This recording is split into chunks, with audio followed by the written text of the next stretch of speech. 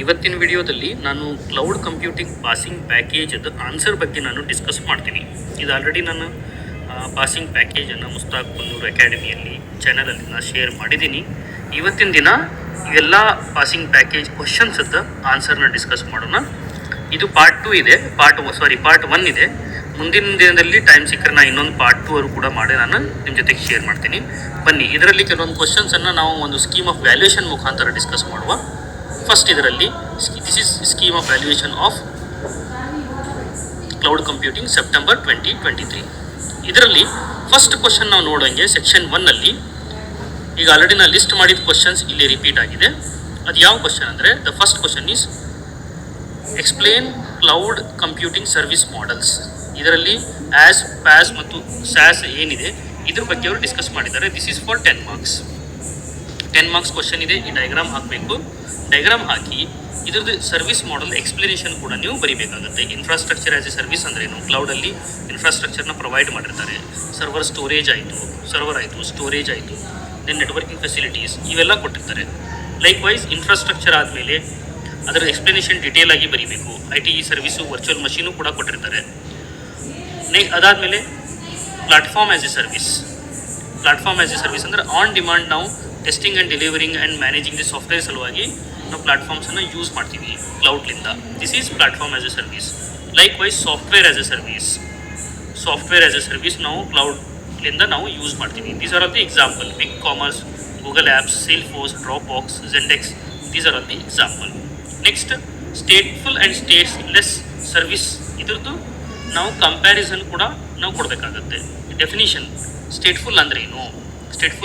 This is a protocol required for the server to save the state of process. This is stateless ಅಂದ್ರೆ stateless protocol does not need a server to save the state of the process.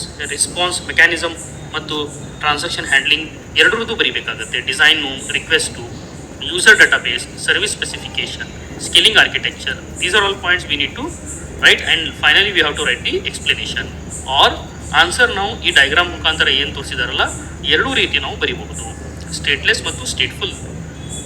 ಅದೇ ರೀತಿ scale up ಮತ್ತು scale ಔಟದು ಕೂಡ difference ಇದೆ.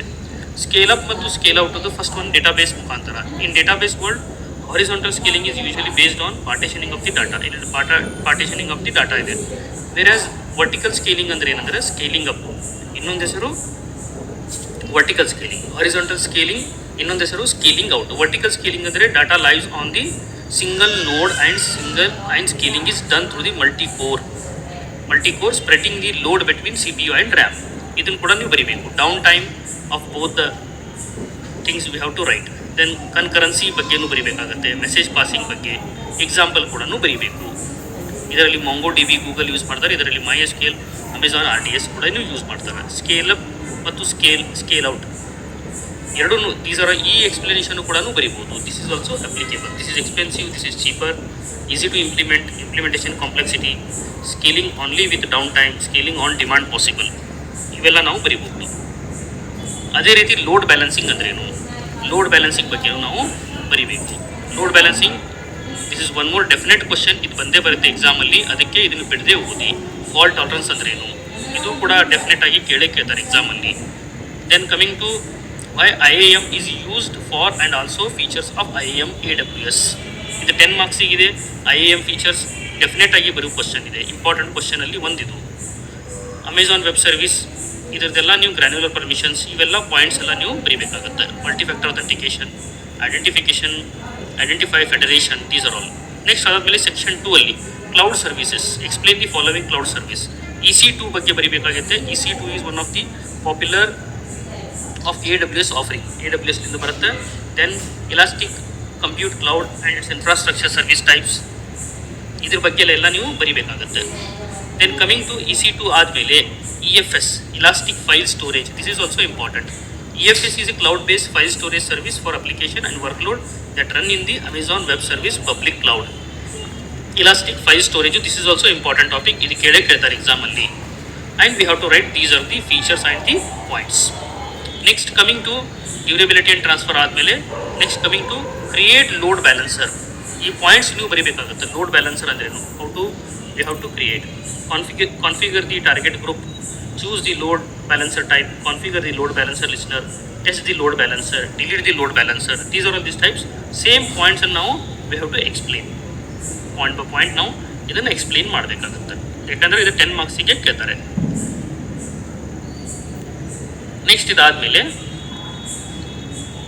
test your load balancer. This is in last one. Delete the load balancer. How elastic load balancer and auto scale up groups are used in AWS. Auto scaling and ELB used in AWS. This is for the 10 marks. 10 marks ಈ question ಕೇಳ್ತಾರೆ.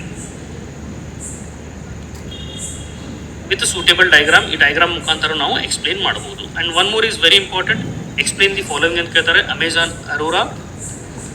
ಅರೋರಾ ಮತ್ತು ಅದ್ರ ಬಗ್ಗೆ features. ನಾವು features ಎಲ್ಲ ಇಲ್ಲಿ ಬರೀಬೇಕು, ಆಯಿತಾ. Amazon Aurora is fully managed relation database engine that's compile with MySQL and PostgreSQL. Likewise Amazon R D S ಬಗ್ಗೆನೂ ಕೂಡ ನೀವು ಬರಿಬೇಕಾಗತ್ತೆ. ಅಮೆಜಾನ್ ಆರ್ ಡಿ ಎಸ್ದು ಫೀಚರ್ಸ್ ಎಲ್ಲ ಬರಿಬೇಕು. In section 3, what is S3, Amazon S3 and write the steps involved in creating S3 buckets. S3 bucket ನಾವು create ಮಾಡಲಿಕ್ಕೆ steps ಇಲ್ಲೇ ಬರಿಬೇಕಾಗುತ್ತೆ. What are all the steps involved in. First, what is AWS S3 ಬರಿಬೇಕು. AWS S3 is highly customizable secure object storage solution along with how to create the S3 bucket. S3 bucket ಇಲ್ಲಿ ಏನಿದೆ Amazon S3 bucket ಅದು steps ಇಲ್ಲೇ ಬರಿಬೇಕು. First sign in ನಾವು preview ಮಾಡ್ತೀವಿ. Then under the storage and content delivery choose S3 to open the Amazon S3 console and these are all the points. ಈ points ಇಲ್ಲಿ ಏನು ಕಾಣಿಸ್ತಾ ಇದೆ ಅವೆಲ್ಲ ಇಲ್ಲಿ ಬರಿಬೇಕಾಗುತ್ತೆ. Then illustrate the following. S3 versioning ಅಂದರೆ ಏನು, S3 ವರ್ಷನಿಂಗ್ 5 ಮಾರ್ಕ್ಸಿಗೆ ಕೇಳಿದ್ದಾರೆ, ಇದು ಕೂಡ ನೀವು ಬರಿಬೇಕಾಗುತ್ತೆ. S3 ಎನ್ಕ್ರಿಪ್ಷನ್ ಅಂದರೆ ಏನು, ಕ್ಲೈಂಟ್ ಸೈಡ್ ಎನ್ಕ್ರಿಪ್ಷನ್ ಅಂದರೆ ಏನು, ಲೈಕ್ ದಿಸ್. ಅದಾದಮೇಲೆ S3 ಸ್ಟೋರೇಜ್ ಕ್ಲಾಸಸ್ 5 ಮಾರ್ಕ್ಸಿಗೆ ಕೇಳಿದ್ದಾರೆ. ಸ್ಟೋರೇಜ್ ಕ್ಲಾಸಸ್ ಇಲ್ಲಿ ತೋರಿಸಂಗೆ S3 intelligent tiering, S3 standard, S3 glacier flexible retrieval, STL outpost, ಇದ್ರ ಬಗ್ಗೆ ಎಲ್ಲ ಪಾಯಿಂಟ್ಸ್ ಎಲ್ಲ ಬರೆದು ಒಂದು ಲೈನ್ ಎಕ್ಸ್ಪ್ಲನೇಷನ್ ಕೂಡ ನೀವು ಬರಿಬೇಕಾಗುತ್ತೆ. Finally coming to explain route 53 overview, highlight the benefit of route 53. Route 53 overview ನೀವು ಬರಿಬೇಕಾಗುತ್ತೆ. ಕ್ಲೌಡ್ ಕಂಪ್ಯೂಟಿಂಗ್ ಮೀನ್ಸ್ ಇಲ್ಲೇ storing and accessing data program on the remote server. Fine. Then ಅದರಲ್ಲಿ DNS ಮ್ಯಾನೇಜ್ಮೆಂಟ್, ಟ್ರಾಫಿಕ್ ಮ್ಯಾನೇಜ್ಮೆಂಟ್, ಇದರ benefit, ಇದರ monitoring, domain registration. Then coming to benefit, it is highly reliable, scalable, easy to use, health check ಇವೆಲ್ಲ use ಮಾಡ್ತಾರೆ, flexible, cost effective. These are all the benefits. Coming to route 53 CNAME versus alias. CNAME ಅಂದರೆ canonical name or CNAME. Record is standard type of DNS record that maps alias name to true of canonical domain name. ಅದನ್ನು ಕೂಡ ಬರೀಬೇಕು. Then Route 53 ಎರಡರದ್ದು comparison ಬರೀಬೇಕು. Pricing, then query response ಬಗ್ಗೆ. Then AWS CDN content delivery network, what is CDN definition and ಅದರದ್ದು feature ಕೂಡ ಬರೀಬೇಕು. Why it is important CDN, that is also important, ಯಾಕಂದರೆ ಇದು 10 ಮಾರ್ಕ್ಸಿಗೆ ಕೇಳ್ತಾರೆ. ದೆನ್ ಬೆನಿಫಿಟ್ಸ್, CDN ಯೂಸ್ ಮಾಡಿದ್ರಿಂದ ಏನಾಗುತ್ತಂದ್ರೆ ಲೋಡ್ ಟೈಮ್ ಕಡಿಮೆ ಆಗುತ್ತೆ, ಬ್ಯಾಂಡ್ವಿಡ್ತ್ ಕಾಸ್ಟ್ ರೆಡ್ಯೂಸ್ ಆಗುತ್ತೆ. Then increase content availability, security improve ಆಗುತ್ತೆ. Coming to the what is container, then ಅದರದ್ದು features ಕೂಡ ಬೆನಿಫಿಟ್ಸ್ ಕೂಡ ನೀವು ಇಲ್ಲಿ ಬರೀಬೇಕು. ಕಂಟೈನರ್ ಮತ್ತು ಅದರದ್ದು ಬೆನಿಫಿಟ್.